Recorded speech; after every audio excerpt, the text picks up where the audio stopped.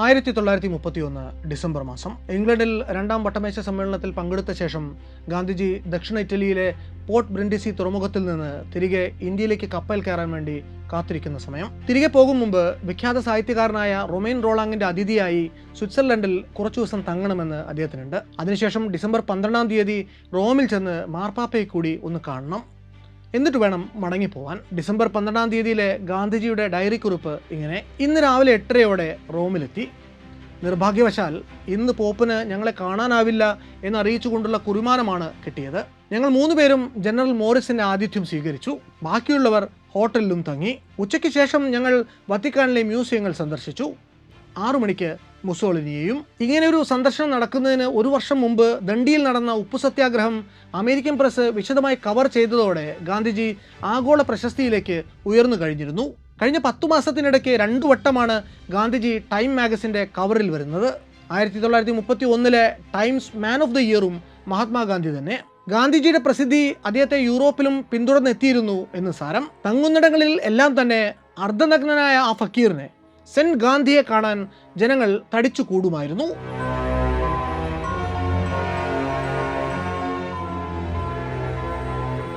അന്ന് റൊമെയ്ൻ റോളാങ്ങിനോടുള്ള സംഭാഷണത്തിനിടയ്ക്ക് ഗാന്ധിജി പറഞ്ഞു, if the Pope wants to see me I shall go. As for Mussolini I do not think he wants to see me, but if he does I shall go without hesitation, but it will not be in secret. പോപ്പിന് എന്നെ കാണണമെന്നുണ്ടെങ്കിൽ ഞാൻ കാണാൻ ചെല്ലും. മുസോളിനിയുടെ കാര്യമാണെങ്കിൽ അദ്ദേഹത്തിന് എന്നെ കാണണമെന്നുണ്ട് എന്നെനിക്ക് തോന്നുന്നില്ല. ഇനി അഥവാ അദ്ദേഹത്തിന് എന്നെ കാണണം എന്ന് പറയുകയാണ് എങ്കിൽ അതിനും എനിക്ക് മടിയൊന്നുമില്ല. ആ സന്ദർശനം രഹസ്യമാക്കി വെക്കാനും ഞാൻ ഉദ്ദേശിക്കുന്നില്ല. ഗാന്ധിജി അന്ന് അങ്ങനെ പറഞ്ഞപ്പോൾ റൊമെയ്ൻ റോളാങ് അദ്ദേഹത്തിനൊരു മുന്നറിയിപ്പ് കൊടുക്കുന്നുണ്ട്. മുസോളിനിയുടെ ക്ഷണം സ്വീകരിക്കരുത്, അയാൾക്ക് ചുറ്റും ഫാഷിസ്റ്റുകൾ മാത്രമേ കാണൂ. റോളാങ് സ്നേഹത്തോടെ നൽകിയ മുന്നറിയിപ്പ് അന്ന് പക്ഷേ ഗാന്ധിജി ചെവിക്കൊള്ളുന്നില്ല. നേരിട്ട് കണ്ട് 25 മിനിറ്റ് മുസോളിനിയോട് സംസാരിച്ചിട്ട് ഒരു ഭരണാധികാരി എന്ന നിലയ്ക്കുള്ള മുസോളിനിയുടെ ആത്മാർത്ഥതയെക്കുറിച്ച് ഗാന്ധിജി അന്ന് റോളങ്ങിന് ഒരു കത്ത് എഴുതുന്നുണ്ട്. മുസോളിനി ആകട്ടെ ഗാന്ധിജിയുടെ സംഭാഷണങ്ങളിലെ അഹിംസ എന്ന വാക്ക് പൂർണ്ണമായും ഒഴിവാക്കിക്കൊണ്ട് ഇറ്റാലിയൻ പത്രങ്ങളിൽ പ്രസിദ്ധീകരിച്ചു. കിഴക്കിൻ്റെ സന്യാസി, രാഷ്ട്രീയ നേതാവ് ഇതാ ഫാഷിസം സംസാരിക്കുന്നു എന്ന് പോലും അന്ന് യൂറോപ്പിലെ പ്രബുദ്ധരായിട്ടുള്ള വായനക്കാർ കരുതി കാണും. ഇങ്ങനെ ഗാന്ധിജിയെ മാത്രമല്ല 1920കളിൽ ടാഗോറിനെയും വിസ്മയിപ്പിക്കാൻ മുസോളിനിക്ക് സാധിച്ചിരുന്നു. മുസോളിനി ആരാണ് എന്ന് ഗാന്ധിജിയെ റോളാങ് ഓർമ്മപ്പെടുത്തുക പോലും ചെയ്തതാണ്. എന്നിട്ടും ഗാന്ധിജിക്ക് മുസോളിനിയുടെ യാഥാർത്ഥ്യം തിരിച്ചറിയാൻ 2ാം ലോക മഹായുദ്ധം വരെ കാത്തിരിക്കേണ്ടി വന്നു. എന്നാൽ ഇതേ മുസോളിനിയുടെ ക്ഷണം യുദ്ധത്തിനൊക്കെ മുമ്പ് 1936 തന്നെ ചിരിച്ചുകൊണ്ട് നിരസിച്ച ഒരാളും നമ്മുടെ നാട്ടിലുണ്ടായിരുന്നു, സാക്ഷാൽ പണ്ഡിറ്റ് നെഹ്റു. ഇത്രയും പറഞ്ഞത് മുസോളിനി ആരാണെന്നും അയാൾ ചെയ്തു കൂട്ടിയത് എന്തൊക്കെയാണ് എന്നും അറിവുള്ളവർക്ക് വേണ്ടിയാണ്. അയാളെ വേണ്ടത്ര പരിചയമില്ലാത്തവർക്ക് വേണ്ടിയാണ് ഇനി പറയാൻ പോകുന്നതും ഈ ലക്കം തന്നെയും. ഈ ഫാസിസം, ഫാഷിസം, ഫാസിസ്റ്റുകൾ എന്നൊക്കെയുള്ള വാക്കുകൾ നമ്മൾ മലയാളികൾ സ്ഥിരമായിട്ട് കേട്ടുവരുന്നതാണ്. അതുപോലെ സ്വേച്ഛാധിപത്യപരമായിട്ട് പെരുമാറുന്നവരെ സൂചിപ്പിക്കാൻ വേണ്ടി മുണ്ടുടുത്ത മുസോളിനി എന്നൊരു മറുഭാഷയും നമ്മുടെ രാഷ്ട്രീയ നേതാക്കൾ പതിവായി പ്രയോഗിച്ചു വരുന്നത് നമ്മൾ കേട്ടിട്ടുണ്ട്. ഫാഷിസം എന്ന വാക്കിൻ്റെ ഉത്ഭവത്തിന് തന്നെ കാരണഭൂതനായിട്ടുള്ള വ്യക്തി, തൻ്റെ ഉരുക്കുമുഷ്ടി കൊണ്ട് ഇറ്റലി എന്ന രാജ്യത്തെ 2 പതിറ്റാണ്ടിലധിക കാലം അടക്കി ഭരിച്ച സ്വേച്ഛാധിപതി, അതായിരുന്നു ബെനിറ്റോ മുസോളിനി. 2ാം ലോക മഹായുദ്ധകാലത്ത് അഡോൾഫ് ഹിറ്റ്ലർ എന്ന ഏകാധിപതിയുമായി സഖ്യം ചേർന്നുകൊണ്ട് ഇയാൾ സ്വന്തം രാജ്യത്തെ കൈപിടിച്ച് നടത്തിയത് അവർണ്ണനീയമായ കെടുതികളിലേക്കാണ്. ഒടുവിൽ സ്വന്തം നാട്ടുകാരുടെ ക്രോധത്തിനിരയായി അവരാൽ തന്നെ വധിക്കപ്പെട്ട ഈ മനുഷ്യന്റെ ജീവിതം ഏറെ സംഭവബഹുലമായ ഒന്നാണ്. 19ാം നൂറ്റാണ്ടിൻ്റെ അന്ത്യപാദത്തിൽ ഇറ്റലിയിൽ ജനിച്ച ബെനിറ്റോ മുസോളിനി എന്ന പയ്യൻ ലോകത്തിലെ ഏറ്റവും വലിയ സ്വേച്ഛാധിപതികളിൽ ഒരാളായി മാറിയതിൻ്റെ കഥ. മുസോളിനി തുടങ്ങി വെച്ച ഫാഷിസം എന്ന പ്രസ്ഥാനം ഇന്നും ലോകത്തിൽ ചെലുത്തുന്ന അന്തമില്ലാത്ത സ്വാധീനങ്ങളുടെ കഥ, അത് വല്ലാത്തൊരു കഥയാണ്.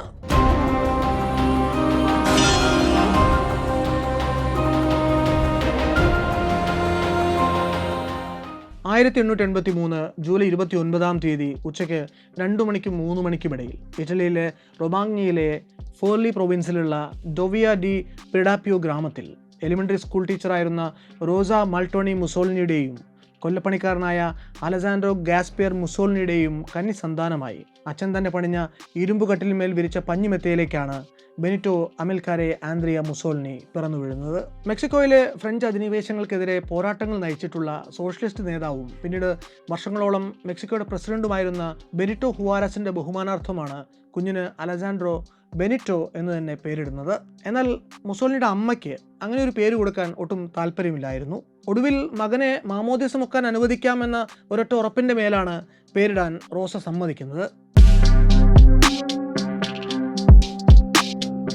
ബെനിറ്റോ ജനിക്കുന്നതിന് 1/4 നൂറ്റാണ്ട് മുമ്പ് വരെയുള്ള ഇറ്റലി പല നാട്ടുരാജ്യങ്ങളായിട്ട് ഓരോരോ രാജാക്കന്മാരുടെ ഭരണത്തിന് കീഴിലായിരുന്നു പുലർന്നിരുന്നത്. അന്നത്തെ രാജാക്കന്മാരിൽ പലരും സ്വേച്ഛാധിപതികളായിരുന്നുവെങ്കിലും അവർ തങ്ങളുടെ പ്രജകളെ വേണ്ട പോലെ നോക്കാൻ ശ്രദ്ധ പുലർത്തിയിരുന്നു. 1861 ഇറ്റലിയുടെ ഏകീകരണം നടക്കുന്നു. അതോടെ രാജ്യത്ത് ഒരു ഔദ്യോഗിക ഗവൺമെൻറ് നിലവിൽ വരികയും ചെയ്യുന്നു.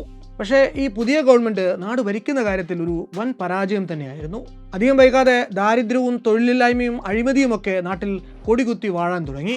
ജോലിയും കൂലിയുമില്ലാതെ യുവാക്കൾ തെരുവിലിറങ്ങി യാചിക്കാനും കൊള്ളയടിക്കാനുമൊക്കെ നിർബന്ധിതരായിരുന്ന കാലമായിരുന്നു അത്. കർമ്മം കൊണ്ട് ഒരു കൊല്ലപ്പണിക്കാരനായിരുന്നു അലസാൻഡ്രോ മുസോളിനി എങ്കിലും രാഷ്ട്രീയത്തിൽ അയാൾ വലിയ തൽപരനായിരുന്നു. വീടിൻ്റെ നിലവറയിൽ ഒരു മേശയ്ക്ക് ചുറ്റും വട്ടമിട്ടിരുന്നു കൊണ്ട് അച്ഛനും കൂട്ടുകാരും ഇറ്റലിയിലെ ദുർഭരണത്തെ തൂത്തെറിയാനുള്ള സ്വപ്നങ്ങൾ നെയ്യുമ്പോൾ അവരുടെ സംസാരത്തിന് കാതോർത്തുകൊണ്ട് കുഞ്ഞു ബെനിറ്റോയും നിലത്തിരിപ്പുണ്ടാവും. നിലവിലെ അവസ്ഥയ്ക്ക് മാറ്റമുണ്ടായേ തീരൂ എന്ന ബോധ്യത്തോടെയാണ് ബെനിറ്റോ മുസോളിനി എന്ന ബാലൻ വളർന്നു വരുന്നത്. കുട്ടിക്കാലത്ത് മറ്റുള്ള കുഞ്ഞുങ്ങൾ വാക്കുകൾ കൂട്ടി പറഞ്ഞു തുടങ്ങിയപ്പോഴും ബെനിറ്റോയ്ക്ക് മിണ്ടാട്ടം കുറവായിരുന്നു. കഷ്ടി 2-3 വാക്കേ അവൻ പറയൂ, അതും ഒരു കൊഞ്ഞയോടെ. മകന് എന്തെങ്കിലും സ്പീക്കിംഗ് ഡിസബിലിറ്റി ഉണ്ടോ എന്ന് പോലും അന്ന് അമ്മ റോസയ്ക്ക് സംശയം തോന്നി. അവർ അതൊന്ന് പരിശോധിച്ച് ഉറപ്പിക്കാൻ വേണ്ടി അവനെ കുടുംബ ഡോക്ടറുടെ അടുത്ത് കൊണ്ടുപോവുക പോലും ചെയ്യുന്നുണ്ട്. അന്ന് ഡോക്ടർ പറഞ്ഞ മറുപടി ഏറെ പ്രസിദ്ധമാണ്: നിങ്ങൾ വിഷമിക്കേണ്ട, അവൻ സംസാരിച്ചു തുടങ്ങിയാൽ അതൊരിക്കലും നിർത്തില്ല എന്ന ഭയം മാത്രമേ തൽക്കാലം എനിക്കുള്ളൂ എന്നാണ് അന്ന് ആ ഡോക്ടർ പറഞ്ഞത്. എന്തായാലും ഡോക്ടർ പറഞ്ഞതുപോലെ തന്നെ സംഭവിച്ചു. ബെനിറ്റോയ്ക്ക് 3 വയസ്സ് തികഞ്ഞപ്പോഴേക്കും അവൻ 1-2 വാക്കല്ല, ഫുൾ സെൻറ്റൻസുകൾ തന്നെ പറഞ്ഞു തുടങ്ങി. കുട്ടിക്കാലത്ത് നല്ലൊരു വായനക്കാരനായിരുന്നു ബെനിറ്റോ. വിക്ടർ ഹ്യൂഗോയുടെയും കാൾമാർക്സിൻ്റെയും ഒക്കെ എഴുത്തുകൾ വായിച്ചുകൊണ്ടാണ് അവൻ വളർന്നു വന്നത്.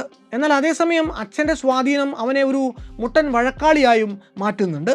ഇടിയെ ഇടികൊണ്ട്, അടിയെ അടികൊണ്ട് തന്നെ നേരിടണം എന്ന പക്ഷക്കാരനായിരുന്നു ബെനിറ്റോയുടെ അച്ഛൻ അലസാൻഡ്രോ. കുഞ്ഞുനാളിൽ ഒരു വിളവെടുപ്പ് കാലത്ത്, അന്ന് 6-7 വയസ്സ് മാത്രം പ്രായമുണ്ടായിരുന്ന ബെനിറ്റോ വിതുമ്പി കരഞ്ഞുകൊണ്ട് അച്ഛൻ്റെ അടുത്തേക്ക് ഒരു പരാതിയുമായിട്ട് ചെല്ലുന്നു. അവൻ്റെ ടോയ് കാട്ട് അയൽപ്പക്കത്ത് താമസിക്കുന്ന മുതിർന്ന മറ്റേതോ പയ്യൻ തട്ടിപ്പറിച്ച് കൊണ്ടുപോയിരിക്കുന്നു. വിമ്മി കരഞ്ഞുകൊണ്ട് വന്ന മകനോട് അച്ഛൻ ഒന്നേ പറയുന്നുള്ളൂ: നീ ഒരു ആൺകുട്ടിയാണ്.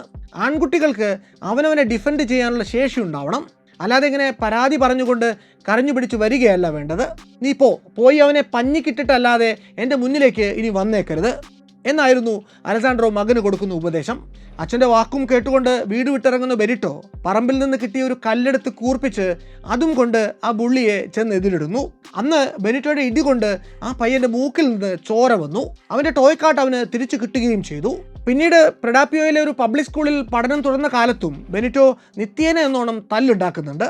ഒപ്പം പുതിയ കൂട്ടുകെട്ടുകളും അവനുണ്ടായി വന്നു. സ്ഥിരം വഴക്കുകളും മോശം കൂട്ടുകെട്ടുകളും തൻ്റെ മകൻ്റെ ഭാവി തകർക്കും എന്ന ആശങ്ക ശക്തമായപ്പോൾ അമ്മ റോസ അവർ താമസിച്ചിരുന്നിടത്തുനിന്ന് 20 മൈലോളം ദൂരെയുള്ള എമിലിയ റൊമാനിയ പ്രദേശത്ത് സ്ഥിതി ചെയ്യുന്ന ഫയൻസിയിലെ ഒരു സലേഷ്യൻ സ്കൂളിലേക്ക് മകനെ മാറ്റുന്നു.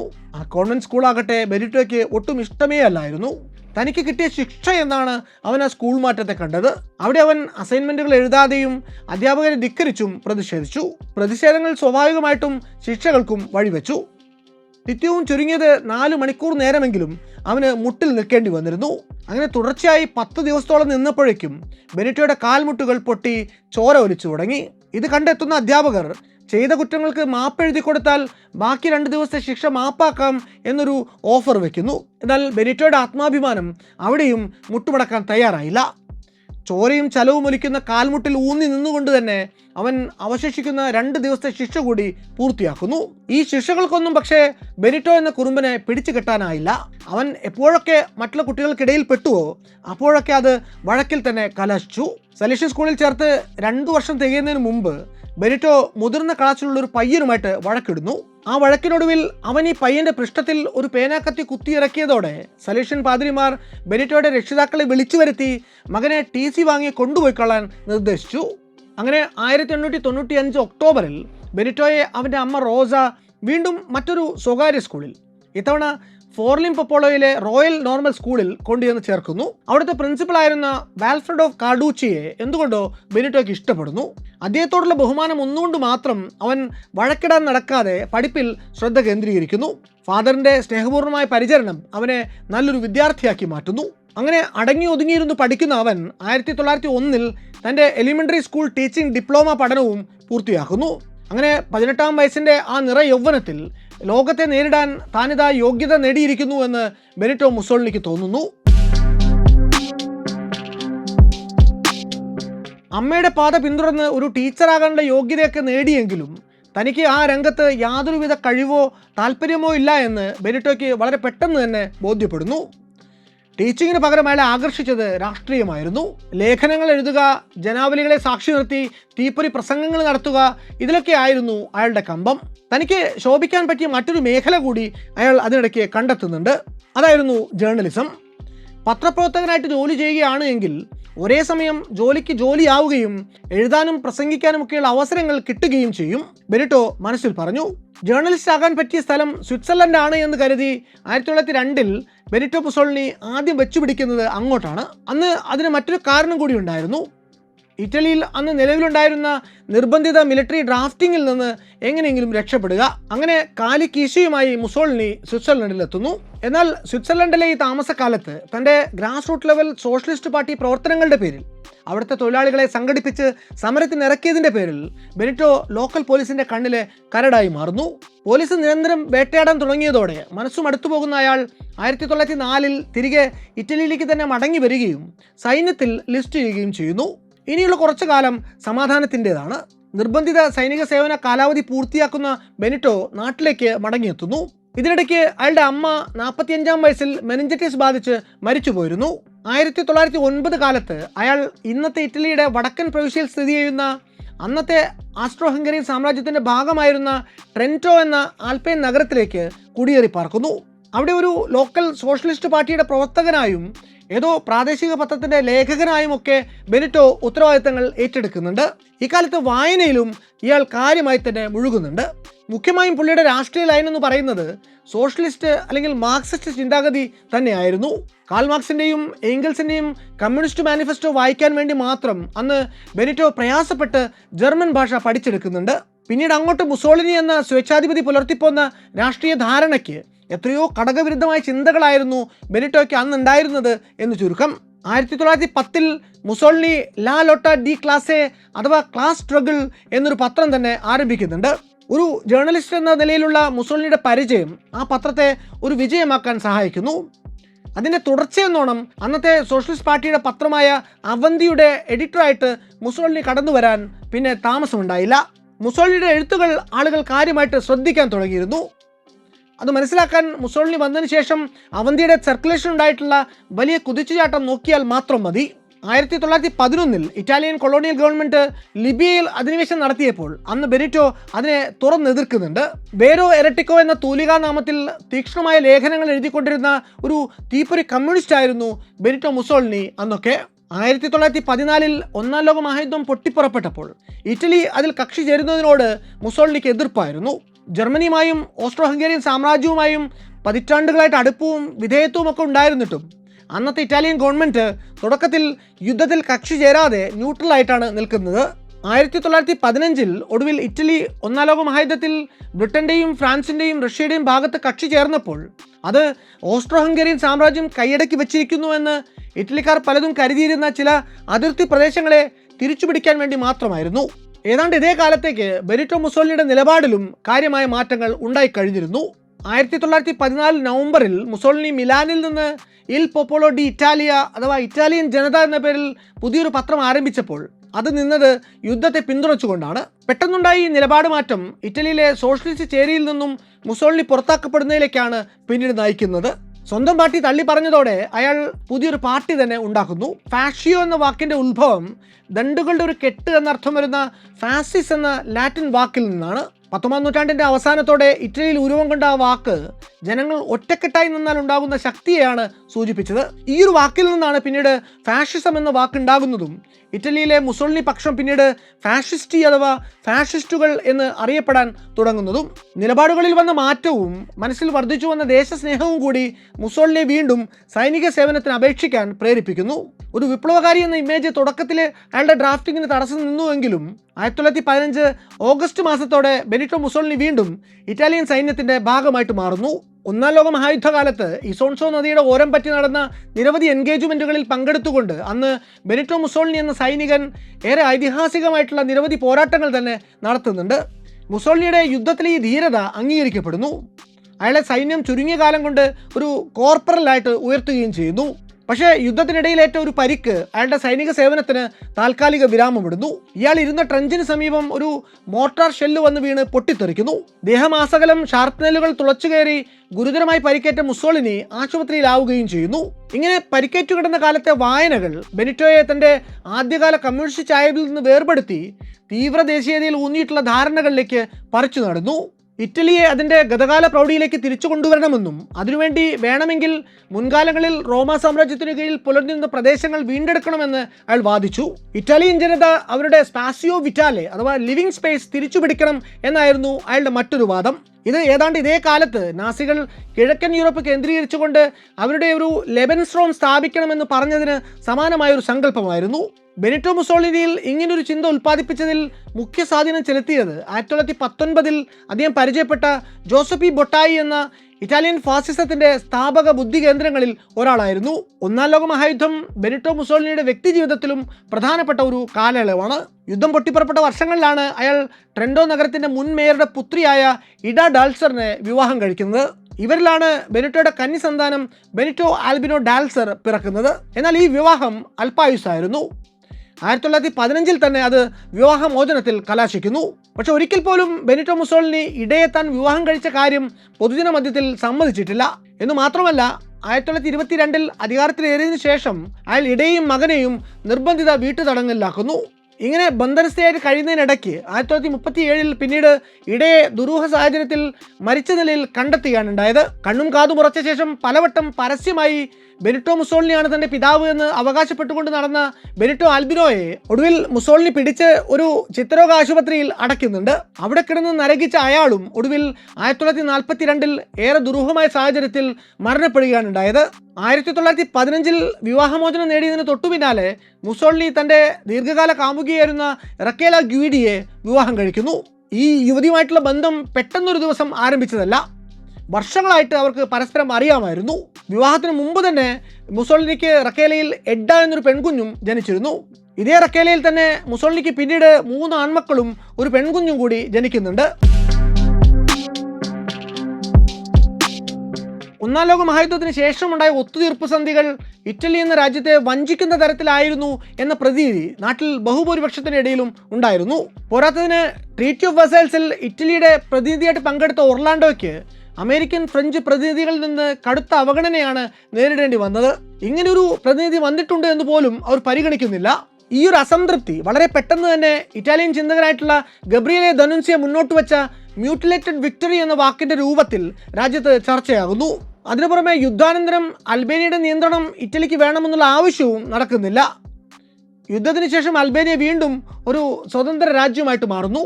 ഇറ്റലി ആവശ്യപ്പെട്ടിരുന്ന മറ്റു ചില ഭാഗങ്ങൾ ക്രൊയാറ്റുകൾക്കും സെർബുകൾക്കും സ്ലോവീനുകൾക്കും കൈമാറപ്പെടുന്നു. അത് പിന്നീട് യുഗോസ്ലാവിയ എന്ന പേരിൽ ഒരു ദേശരാഷ്ട്രമായി മാറുന്നുണ്ട്. ഇതൊന്നും കൂടാതെ അനുവദിച്ചു കിട്ടിയ പ്രദേശങ്ങളിൽ പലതിലും അധികാരം സ്ഥാപിക്കാനും ഇറ്റലിക്ക് സാധിക്കുന്നില്ല. ഈ വഞ്ചനകൾക്ക് പുറമെ നാട്ടിൽ നടമാടിയ സാമ്പത്തിക കെടുതികൾ കൂടി ആയതോടെ ഇറ്റലിയിൽ ജനരോഷം ശക്തിപ്പെടുന്നു. ഇറ്റലിക്ക് നിലവിലെ സാഹചര്യത്തിലുള്ള ആവശ്യം അസമത്വങ്ങൾ ഇല്ലാതാക്കാനും നഷ്ടപ്പെട്ട പ്രതാപം വീണ്ടെടുക്കാനും ശക്തിയുള്ള ഒരു നേതാവിനെയാണ് എന്ന് മുസോളിനി ആവർത്തിച്ച് ജനങ്ങളോട് പറഞ്ഞുകൊണ്ടിരുന്നു.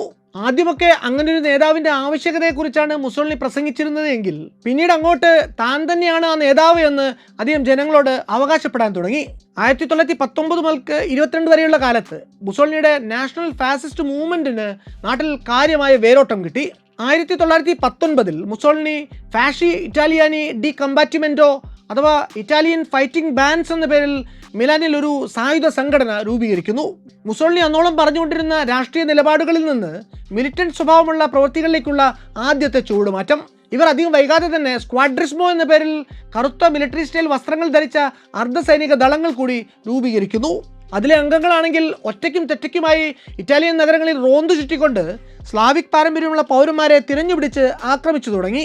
യുദ്ധാനന്തര സാഹചര്യങ്ങളിൽ ഇറ്റലിയുടെ ശത്രു എന്ന് മുദ്ര കുത്തപ്പെട്ടവരായിരുന്നു ഈ സ്ലാവിക് ജനത. വടക്കൻ ഇറ്റലിയിലെ കമ്മ്യൂണിസ്റ്റുകളുമായിട്ടും ബ്ലാക്ക് ഷർട്ടുകൾ അധികം വൈകാതെ തന്നെ കൊമ്പ് കോർക്കുന്നുണ്ട്. 1921 ആയപ്പോഴേക്കും മുസോളിനി പാർട്ടിറ്റോ നാസിയണൽ ഫാഷിസ്റ്റ എന്ന പേരിൽ മറ്റൊരു പാർട്ടി കൂടി സ്ഥാപിച്ചുകൊണ്ട് മുന്നോട്ട് പോകുന്നു. അപ്പോഴും ഈ ബ്ലാക്ക് ഷർട്ട്സ് തന്നെ അയാൾക്ക് ശക്തി പകർന്നുകൊണ്ട് കൂടെ നിന്നു. മുസോളിനി നേതൃത്വം കൊടുത്ത മൂവ്മെന്റിന്റെ ഏറ്റവും വലിയ പ്രത്യേകത രൂപീകരിക്കപ്പെട്ടതിന് പിന്നാലെ അത് അധികാരത്തിലേക്ക് നടത്തിയിട്ടുള്ള വമ്പൻ കുതിപ്പാണ്. 1921 നവംബറിൽ മുസോളിനി ഫാഷിസ്റ്റ് പാർട്ടി ആരംഭിക്കുന്നു. കഷ്ടിച്ചൊരു വർഷത്തിനുള്ളിൽ തന്നെ അയാൾ ഇറ്റലി എന്ന രാജ്യത്തിന്റെ അമരത്തെത്തുകയും ചെയ്യുന്നു. 1921 നടന്ന പൊതു തെരഞ്ഞെടുപ്പിൽ നാഷണൽ ബ്ലോക്ക് കക്ഷിയുടെ ഭാഗമായി ഫാസി ഇറ്റാലിയാനി ഡി കമ്പാറ്റ്മെന്റോ എന്ന പേരിൽ മത്സരിച്ച മുസോളിനിക്കും കൂട്ടർക്കും പാർലമെന്റിൽ ആകെ കിട്ടുന്നത് 35 സീറ്റ് മാത്രമാണ്. ആ തെരഞ്ഞെടുപ്പ് അവസാനിക്കുന്നതാകട്ടെ ഒരു തൂക്ക് പാർലമെന്റിലും. ഇത് ഒരു അവസരമായിട്ട് കാണുന്ന മുസോളിനി തൻ്റെ പാരാമിലിറ്ററി സംഘങ്ങളെ ഉപയോഗിച്ച് നാട്ടിൽ വലിയൊരു അസന്തുലിതാവസ്ഥ തന്നെ സൃഷ്ടിച്ചെടുക്കാൻ ശ്രമം നടത്തി. അങ്ങനെ താൻ തന്നെ രഹസ്യമായിട്ട് നാടിനെ തള്ളിവിടുന്ന ആ അരക്ഷിതാവസ്ഥയിൽ നിന്ന് കരകയറാനുള്ള ഒരേയൊരു മാർഗം അത് തൻ്റെ നാഷണലിസ്റ്റ് ഫാഷിസ്റ്റ് പാർട്ടിയെ അധികാരത്തിലെത്തിക്കുക എന്നതാണ് എന്നും അയാൾ പ്രചരിപ്പിച്ചു. 1922 ഓഗസ്റ്റ് ആയപ്പോഴേക്കും ഇറ്റലി പൂർണ്ണമായും ആഭ്യന്തര കലാപങ്ങളിലേക്ക് വഴുതി വീണു. മുസോളിനിയുടെ ബ്ലാക്ക് ഷർട്ട്സ് ചേർന്ന് മിലാൻ ഭാഗത്ത് നിയന്ത്രണം സ്ഥാപിച്ചു. മിലാനിലെ സോഷ്യലിസ്റ്റ് പാർട്ടി അംഗങ്ങൾ ഒന്നില്ലാതെ അന്ന് വേട്ടയാടപ്പെട്ടു. മുനിസിപ്പൽ ഓഫീസുകളിലും ബ്ലാക്ക് ഷർട്ടുകാർ സ്വന്തം പ്രതിനിധികളെ തന്നെ നിയമിക്കുന്നു. അങ്ങ് മിലാനിൽ ഇങ്ങനെ ചിലതൊക്കെ നടക്കുന്നത് അറിഞ്ഞിട്ടും റോം മൗനം പാലിച്ചു. അത് മുസോളിനിയുടെ ധൈര്യം ഇരട്ടിപ്പിച്ചു. 1922 മാർച്ച് 28 മുതൽക്ക് മുസോളിനി മിലാനിൽ നിന്ന് റോം ലക്ഷ്യമിട്ട് തൻ്റെ കൂട്ടാളികളുമൊത്ത് മഹാറാലിയായിട്ട് മാർച്ച് ചെയ്യാൻ തുടങ്ങി. ഇതേ സമയത്ത് തന്നെ നേപ്പിൾസിൽ നിന്നും ഇറ്റലിയുടെ മറ്റു പ്രധാന നഗരങ്ങളിൽ നിന്നുമൊക്കെ സമാനമായ സ്ക്വാഡ്രിസ്റ്റി മാർച്ചുകൾ ആരംഭിക്കാൻ മുസോളിനി നിർദ്ദേശം കൊടുക്കുന്നു. ഇങ്ങനെ രാജ്യത്തിൻ്റെ പല ഭാഗത്തു നിന്നായിട്ട് മാർച്ച് ചെയ്തു വന്നുകൊണ്ടിരുന്ന ഏതാണ്ട് 1,00,000 വരുന്ന ബ്ലാക്ക് ഷർട്ടുകൾ ഒടുവിൽ റോമിൻ്റെ പരിസരത്ത് എവിടെയോ വെച്ച് സന്ധിക്കും എന്നായിരുന്നു പ്ലാൻ. ഈ മെഗാ റാലിയിൽ ഒരിക്കലും മുസോളിനി നേരിട്ട് പങ്കെടുത്തിരുന്നില്ല എങ്കിലും നിർണായകമായിട്ടുള്ള പല വേദികളിലും അയാൾ ഇടയ്ക്കിടയ്ക്ക് പ്രത്യക്ഷപ്പെടുന്നു. കൃത്യമായി തന്നെ ആ പ്രത്യക്ഷപ്പെടലുകൾ ഫോട്ടോഗ്രാഫ് ചെയ്യപ്പെടുകയും ചെയ്തു. ഇതിനൊക്കെയും മുസോളിനി വിചാരിച്ച ഫലവും ഉണ്ടായി. ഇറ്റലിയുടെ അന്നത്തെ രാജാവ് ഇമാനുവൽ മൂന്നാമൻ 1922 ഒക്ടോബർ 30 മുസോളിനിയെ ഇറ്റലിയുടെ പ്രധാനമന്ത്രി പദത്തിലേക്ക് അവരോധിക്കുന്നു. തൊട്ടടുത്ത ദിവസം നഗരത്തിലെ നിരത്തുകളെ കറുപ്പിൽ മുക്കിയ ബ്ലാക്ക് ഷർട്ടുകളെ സാക്ഷി നിർത്തിക്കൊണ്ട് ബെനിറ്റോ മുസോളിനി ഈ ലോകത്തിലെ ആദ്യത്തെ ഫാഷിസ്റ്റ് ഗവൺമെന്റിന് രൂപം കൊടുത്തു. ഇങ്ങനെ പ്രധാനമന്ത്രിയായി തൊട്ടടുത്ത ദിവസം തന്നെ സ്വേച്ഛാധിപതിയായി മാറിയ ഒരാളല്ല ബെനിറ്റോ മുസോളിനി. പ്രധാനമന്ത്രിയായി അധികാരത്തിലിരുന്ന 2-3 വർഷം കൊണ്ട് വളരെ ഗ്രാജുവലായിട്ട് അയാൾ നേടിയെടുക്കുകയായിരുന്നു. അക്കാലത്ത് നടന്ന ചില സംഭവങ്ങൾ ഒരു സ്വേച്ഛാധിപതിയിലേക്കുള്ള മുസോളിനിയുടെ പ്രയാണം എളുപ്പമാക്കി എന്ന് വേണമെങ്കിൽ പറയാം. 1923 ഓഗസ്റ്റിൽ എൻറിക്കോ ടെല്ലിനി എന്ന ഒരു ഇറ്റാലിയൻ നയതന്ത്രജ്ഞൻ ഗ്രീസും അൽബേനിയയും തമ്മിലുള്ള ഒരു അതിർത്തി പ്രശ്നം പറഞ്ഞു തീർക്കാൻ വേണ്ടി ഇടപെടുന്നതിനിടയ്ക്ക് കൊല്ലപ്പെടുന്നു. തൊട്ടടുത്ത മാസം അതായത് 1923 സെപ്റ്റംബറിൽ ഗ്രീക്ക് അധീനതയിലിരുന്ന കോർഫു ദ്വീപിലേക്ക് അധിനിവേശം നടത്തിക്കൊണ്ടാണ് മുസോളിനി ഈ പ്രകോപനത്തോട് പ്രതികരിച്ചത്. അധികം വൈകാതെ തന്നെ ദ്വീപിന്റെ നിയന്ത്രണം തിരിച്ചു കൊടുത്തുവെങ്കിലും ഗ്രീക്ക് ഗവൺമെന്റിൽ നിന്ന് 5 കോടി ലിറ നഷ്ടപരിഹാരമായിട്ട് വാങ്ങിക്കൊണ്ടാണ് മുസോളിനി അന്ന് അങ്ങനെ ചെയ്തത്. ഈ ഒരു നീക്കം റോഡ്സ് പോലെയുള്ള മറ്റ് ദ്വീപുകളിൽ നിന്ന് ഇറ്റലി പിന്മാറണമെന്ന ഗ്രീസിന്റെ ഏറെക്കാലമായിട്ടുള്ള ആവശ്യത്തിനു കൂടി അന്ത്യം കുറിക്കുന്നു. ഈ വിഷയത്തിൽ മുസോളിനി നടത്തിയ ഇടപെടൽ ഇറ്റലിക്ക് അകത്തും പുറത്തും അദ്ദേഹത്തിന്റെ പ്രതിച്ഛായ ഇരട്ടിപ്പിക്കുന്നു. ഫാഷിസ്റ്റ് പാർട്ടിയുടെ തലവനായിട്ടുള്ള മുസോളിനി ഇറ്റലിക്ക് അന്താരാഷ്ട്ര തലത്തിൽ ഒരു ടഫ് ഇമേജ് തന്നെ നേടിക്കൊടുത്തുവെന്നും ഇനി ഇറ്റലിയോട് ഇടയാൻ ഉടക്കാൻ ലോകരാജ്യങ്ങൾ 2 വട്ടം ആലോചിക്കും എന്നൊക്കെയുള്ള പ്രചാരണങ്ങൾ മുസോളിനിയുടെ പ്രൊപ്പഗാൻഡ വിഭാഗം നടത്തി. ഈ സംഭവം നടന്ന് 2 വർഷത്തിനുള്ളിൽ തന്നെ അച്ചെർബോ ലോ എന്ന പേരിൽ ഒരു നിയമം കൂടി പാസ്സാക്കപ്പെട്ടു. തിരഞ്ഞെടുപ്പിൽ ഏറ്റവും കൂടിയ വോട്ട് ഷെയർ നേടുന്ന പാർട്ടിക്ക് പാർലമെന്റിന്റെ 3/2 സീറ്റുകളും അനുവദിച്ചു കൊടുക്കും എന്നതായിരുന്നു ഈ നിയമത്തിന്റെ സത്ത. 1924 ഏപ്രിലിലെ ഇലക്ഷന് തൊട്ടു മുമ്പായിട്ട് പാസ്സാക്കി ഇലക്ഷൻ കഴിഞ്ഞപാടെ ഒരൊറ്റ തവണ മാത്രം പ്രയോഗത്തിൽ വരുത്തപ്പെട്ട തികച്ചും ജനാധിപത്യ വിരുദ്ധമായിട്ടുള്ള ഈ നിയമത്തിന് മുസോളിനിയുടെ പാർട്ടിക്ക് സമസ്ത അധികാരങ്ങളും കൊടുക്കുക എന്നൊരൊറ്റ ഉദ്ദേശം മാത്രമേ ഉണ്ടായിരുന്നുള്ളൂ. ഈ തിരഞ്ഞെടുപ്പ് കുറേയൊക്കെ നിഷ്പക്ഷമായിരുന്നുവെങ്കിലും അതിലേക്ക് അച്ചെർബോ ലോ പ്രയോഗിക്കപ്പെട്ടതോടെ തിരഞ്ഞെടുപ്പിൽ നിന്നുണ്ടായി വന്നുള്ള പാർലമെന്റ് മുസോളിനിയുടെ പരിപൂർണ നിയന്ത്രണത്തിലായി. അങ്ങനെ സമഗ്രാധിപത്യം കൈവന്നതിന് തൊട്ടു പിന്നാലെ 1926 മുസോളിനി സ്വന്തം പാർട്ടിയായിട്ടുള്ള നാഷണൽ ഫാസിസ്റ്റ് പാർട്ടി ഒഴികെയുള്ള രാജ്യത്തിലെ സകല രാഷ്ട്രീയ പാർട്ടികളെയും നിരോധിച്ചുകൊണ്ടുള്ള ഉത്തരവിൽ ഒപ്പുവെക്കുന്നു.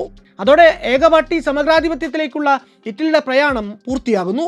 മുസോളിനി ഇൽ ഡ്യൂച്ചെ അഥവാ ലീഡർ എന്നറിയപ്പെട്ട് തുടങ്ങുന്നതും ഇതേ കാലത്താണ്. ഇതേ പേര് തന്നെ ജർമ്മൻ ഭാഷയിൽ ഹിറ്റ്ലർ ഏറ്റെടുത്തതാണ് പിന്നീട് കുപ്രസിദ്ധി ആർജിച്ച ഫ്യൂറർ എന്ന വിളിപ്പേര്. ഇനി അങ്ങോട്ടുള്ള കാലം എന്നത് യൂറോപ്പിൽ പല രാജ്യങ്ങളിലും പുതിയ പുതിയ ഫാസിസ്റ്റ് പാർട്ടികൾ മുളച്ചു പൊന്തിയ കാലമാണ്. ഇതിനൊക്കെ നമ്മൾ മുസോളിനിക്ക് എന്ത് പങ്കാണുള്ളതെന്ന് ചോദിച്ചാൽ ഒരുപക്ഷെ നേരിട്ട് കാര്യമായ പങ്കുണ്ടാകണം എന്നില്ല. പക്ഷെ അത്തരത്തിലുള്ള പാർട്ടികൾക്ക് മുളച്ചു പൊന്താനും മാത്രം ഫലസിദ്ധിയുള്ള മട്ടിൽ ഈ രാജ്യങ്ങളിലെ രാഷ്ട്രീയ മണ്ണൊരുക്കുന്നതിൽ മുസോളിനി വഹിച്ച പങ്ക് ചെറുതല്ല. ഫാഷിസം എന്ന ആശയത്തിൽ ഊന്നിക്കൊണ്ട് ചെറുതും വലുതുമായിട്ടുള്ള നിരവധി പ്രബന്ധങ്ങളും പഠനങ്ങളും ഈ കാലയളവിൽ മുസോളിനി രചിച്ചു കൂട്ടുന്നുണ്ട്. അതിലേറ്റവും പ്രധാനം 1927 അദ്ദേഹം എഴുതിയ ദ ഡോക്ട്രിൻ ഓഫ് ഫാഷിസം എന്ന ഉപന്യാസമാണ്. മുസോളിനിയുടെ ഗവൺമെന്റിൽ വിദ്യാഭ്യാസ വകുപ്പ് കൈകാര്യം ചെയ്തിരുന്ന ജിയോവാനി ജെന്റിലെയും 1925 മാർച്ചിൽ ബൊലോണയിൽ നടന്ന ഫാഷിസ്റ്റ് കൾച്ചറൽ കോൺഫറൻസിന് പിന്നാലെ എഴുതിയ manifesto of the fascist intellectuals എന്ന പ്രബന്ധത്തിലൂടെ അതിന് കാറ്റ് പകരുന്നുണ്ട്. 1927 മുസോളിനി ഫാഷിസ്റ്റ് സീക്രട്ട് പോലീസ് എന്നൊരു സംവിധാനത്തിന് കൂടി രൂപം കൊടുക്കുന്നു. ഓപ്പറ വിജിലൻസ റെപ്രസിയോനെ ആന്റി ഫാഷിസ്മോ എന്നായിരുന്നു അതിന്റെ പേര്. ഈ സംവിധാനമാണ് പിന്നീട് ജർമ്മനിയിൽ ഗെസ്റ്റപ്പോ ആരംഭിക്കാൻ പ്രചോദനമാകുന്നത്. ഈ ഡിപ്പാർട്ട്മെന്റ് അതിന്റെ പുഷ്കലകാലത്ത് ഏതാണ്ട് 1,00,000-ഓളം ജീവനക്കാരുള്ള വലിയൊരു ഗൂഢസംഘം തന്നെ ആയിരുന്നു. അവർ നാട് മുഴുവൻ നടന്ന് ആന്റി ഫാഷിസ്റ്റ് എലിമെന്റുകളെ തപ്പിപ്പിടിച്ച് ജയിലിൽ അടച്ച് പീഡിപ്പിക്കുകയുണ്ടായി.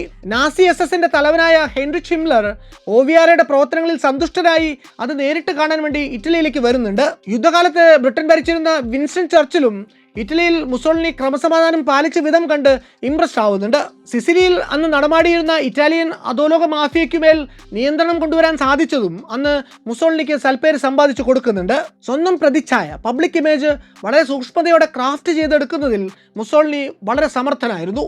ഇറ്റാലിയൻ പത്രങ്ങൾക്ക് അന്ന് മുസോളിനിയുടെ പ്രതിച്ഛായ മെച്ചപ്പെടുത്താനുള്ള വളരെ വ്യക്തമായ നിർദ്ദേശം തന്നെ നൽകപ്പെട്ടിരുന്നു.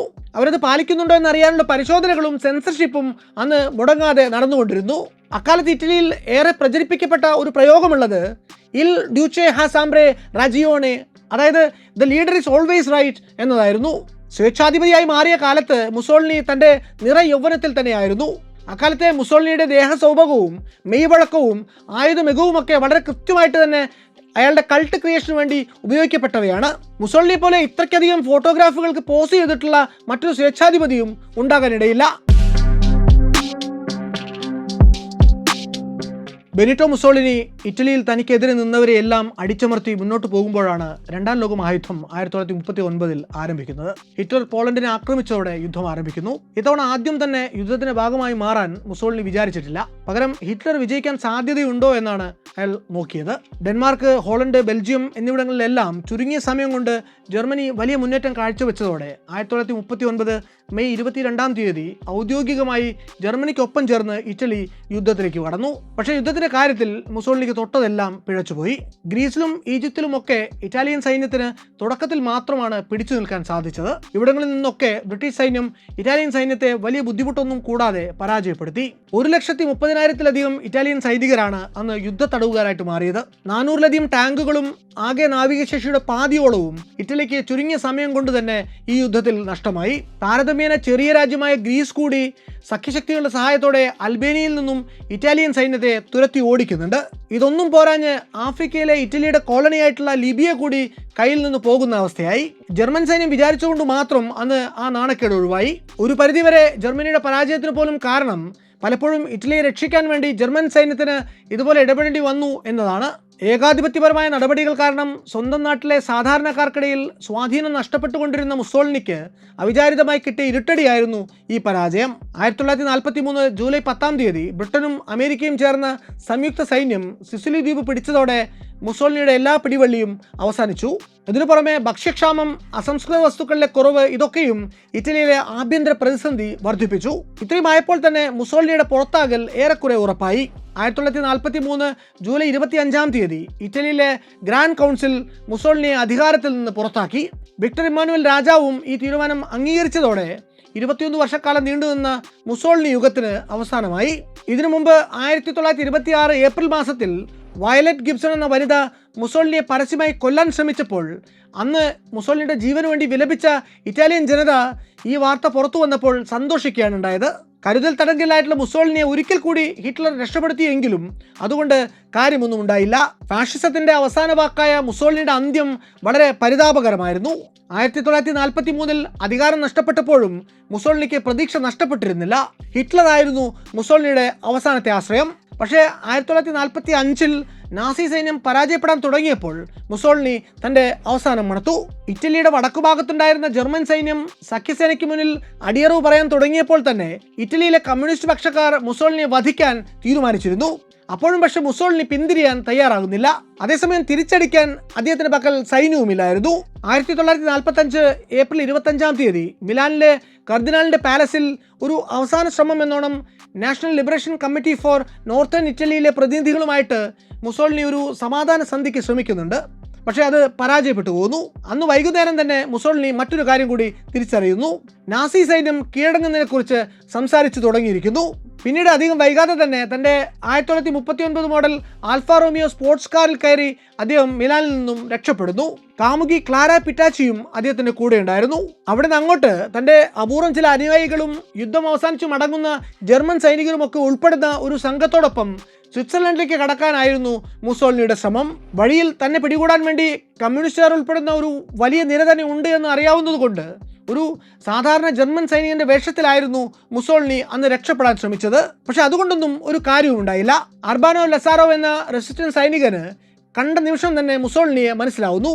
അത്രമാത്രം ഇറ്റലിക്കാർക്ക് പരിചിതമായിരുന്നു മുസോളിനിയുടെ മുഖം. അയാൾ പതിയെ അരികിൽ വന്ന് മുസോളിനിയുടെ ചെവിയിൽ മന്ത്രിക്കുന്നു. Cavalier Benito Mussolini. താൻ പിടിക്കപ്പെട്ടുവെന്ന് മുസോളിനിക്ക് ആ നിമിഷം തന്നെ മനസ്സിലായി. ഈ വാർത്ത അറിഞ്ഞതും നഗരത്തിലെ ജനങ്ങൾ ആഹ്ലാദാരവങ്ങൾ മുഴക്കി. ആ രാത്രി മുസോളിനിയെയും കാമുകിയെയും അവർ ഉൾപ്രദേശത്തുള്ള ഒരു ഫാം ഹൗസിലാണ് താമസിപ്പിച്ചത്.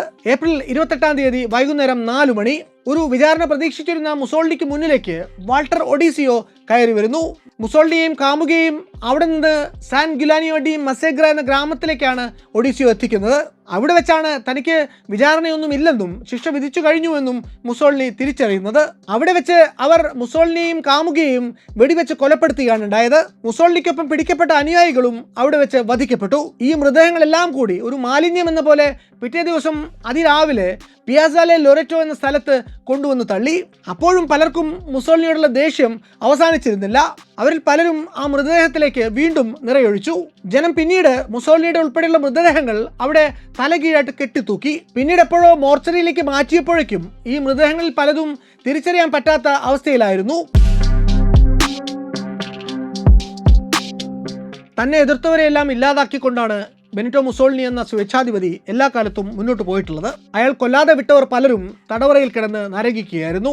ആ ലിസ്റ്റിൽ മുസോളിനിയുടെ ആദ്യ ഭാര്യയും അതിലെ മകനും വരെ ഉൾപ്പെട്ടിട്ടുണ്ട്. ബെനിറ്റോ മുസോളിനി തന്റെ ഭരണകാലത്ത് നടപ്പിലാക്കിയിട്ടുള്ള പരിഷ്കാരങ്ങൾ പലതും ഗുണം ചെയ്തിട്ടുള്ളത് സമൂഹത്തിന്റെ അപ്പർ ക്ലാസ്സിലുള്ളവർക്ക് മാത്രമാണ്. അതുകൊണ്ട് തന്നെ പലപ്പോഴും അവരുടെ പിന്തുണയും മുസോളിനിക്കായിരുന്നു. എന്നാൽ സാധാരണക്കാരായ ജനങ്ങളുടെ പിന്തുണ ഇല്ലെങ്കിൽ ഒരു ഏകാധിപതിക്കും അധിക നാൾ വാഴാൻ സാധിക്കില്ല എന്നതിന്റെ ഉദാഹരണമാണ് ബെനിറ്റോ മുസോളിനിയുടെ ജീവിതം. സാധാരണക്കാർ എത്രത്തോളം അടിച്ചമർത്തപ്പെടുന്നുവോ അത്രത്തോളം അവർ തിരിച്ചു പ്രതികരിക്കാനും ആഗ്രഹിക്കും. ഒടുവിൽ ആ പ്രതികരണം മുസോളിനിയുടെ മൃതദേഹം വരെ ഏറ്റുവാങ്ങി. മുസോളിനിയുടെ അവസാനത്തോടെ ഫാഷിസ്റ്റ് പ്രസ്ഥാനവും പിന്നീട് ഏതാണ്ട് നാമാവശേഷമായി. എന്നാൽ ഒന്നും അങ്ങനെ കുറ്റിയേറ്റ് പോകുന്നില്ല എന്നതാണ് വാസ്തവം. ഫാസിസവും ഫാഷിസ്റ്റുകളും പുനരവതരിക്കുന്ന കാഴ്ച നമ്മൾ ഇന്ന് കാണുകയാണ്. മുസോളിനിയുടെ ഇറ്റലി മുതൽ നമ്മുടെ ഇന്ത്യ വരെയുള്ള ജനാധിപത്യ രാജ്യങ്ങളിൽ ഇന്ന് നിയോ ഫാസിസ്റ്റ് ആശയങ്ങൾ പിടിമുറുക്കുകയാണ്. ഫാഷിസ്റ്റ് ശക്തികൾ അധികാരത്തിലേക്ക് തിരികെ വരികയാണ്. പഴയ പോലെ ഒരു സ്വേച്ഛാധിപതിയുടെ വേഷത്തിലാവില്ല ആ മടങ്ങിവരവ് എന്നു മാത്രം. ജനാധിപത്യത്തിലെ അധികാര സ്ഥാനങ്ങളിലാകും ചിലപ്പോൾ അത് പ്രത്യക്ഷപ്പെടുക. ജനാധിപത്യം എന്ന പേരിലാകും ചിലപ്പോൾ ഫാഷിസം നമ്മളെ അഭിസംബോധന ചെയ്യുക. ഏതിനും അത്തരം പ്രവണതകൾ മടങ്ങി വരുമ്പോൾ അവയെ തിരിച്ചറിയാനും പ്രതിരോധിക്കാനുമുള്ള രാഷ്ട്രീയ വിദ്യാഭ്യാസം നമ്മൾ ഓരോരുത്തരും ആർജിക്കേണ്ടതുണ്ട്. അതിന് നമുക്ക് സാധിക്കട്ടെ.